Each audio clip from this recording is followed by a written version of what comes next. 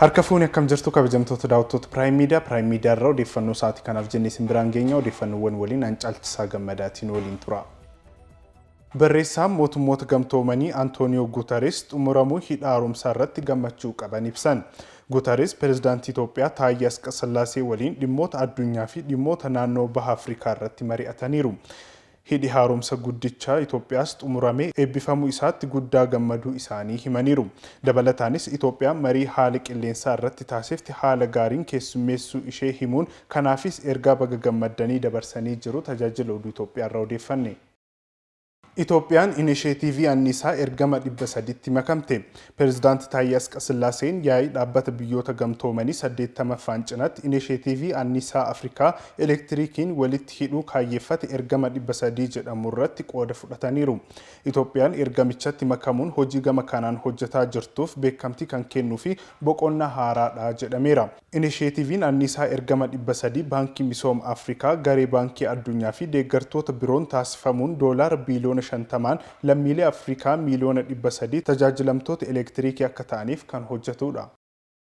Rakkoolee damee turizimiin mul'atan furuuf hojiilee qorannoo fi qo'annoo cimaa ta'e geggeessuun murteessaadha jedhan ministeera turizimii Salaamaawit Kaasaa. Yaa'ii qorannoo fi qo'annoo 5ffaa turizimii biyyaalessaa mata duree turizimii jijjiirama waaraaf jedhuun geggeeffamaa jira.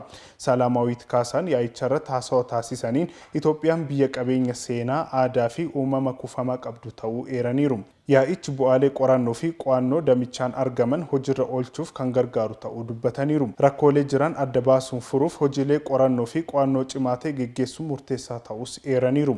Ministeera turizimii Salaamaawit Kaasaa hayyoonni dhaabbilee barnoota olaanoo fi qooda fudhattoonni yaa'icha irratti argamaniiru. Tarkaanfii fi kutannoo cimaa Itoophiyaan qulqullina qilleensaa fooyyessuuf qabdu dinqisiisaadha jedhe Instituutiin Stockholm Environment.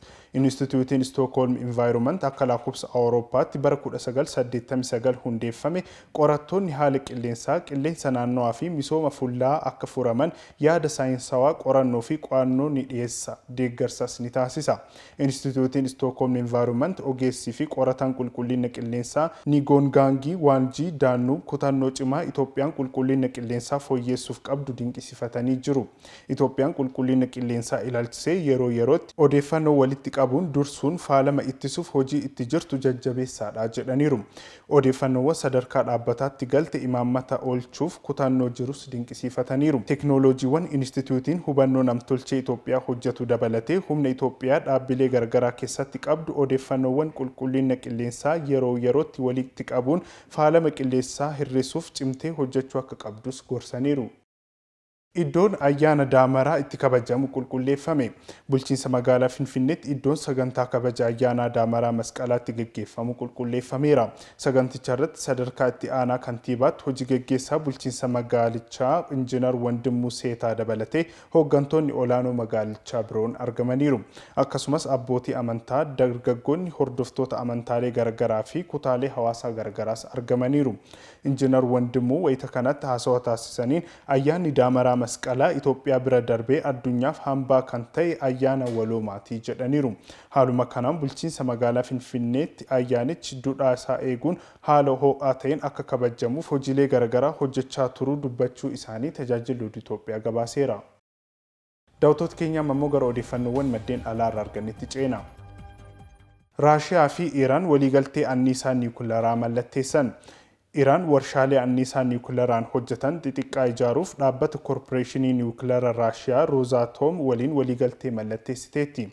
Waliigaltee kana hoogganaan Rosatom Aleeks Likoochoovii fi qondaalli olaanaa niwukileeraa Iraan Mohammad Islaamiin Moskootti wal arguun mallatteessaniiru.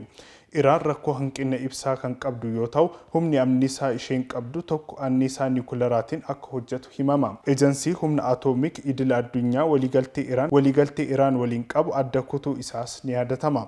Biyyoonni akka Jarman, Firaansii fi UK'n bifa haaraan Teheraan irratti qoqqobbii akka kaa'amu gaafataniiru. Pirezidaantiin Iraan Masuud Pezeshkiyan yaa'ii dhaabbata mootummoota gamtoomanii irratti haasawaa taasisaniin Teheraan gonkumaa boombii niwukileeraa hidhatuu hin barbaaddu jedhaniiru.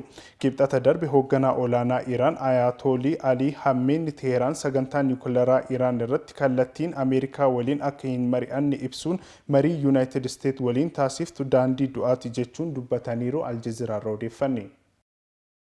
Addunyaan odeeffannoo namtolchee irratti ciminaan hojjechuu qabdi jetti Chaayinaan.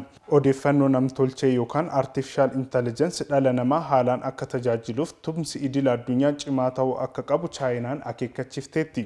Ministeer Deetaan dhimma nageenyaa fi itti gaafatamaa hariiroo alaa Chaayinaa Ma Zhou marii dhaabbata mootummoota gamtoomanii irratti haasaa taasisaniin manni marii dhaabbata mootummoota gamtoomanii dhimma kana irratti kutannoon hojjechuu akka qabus dubbataniiru.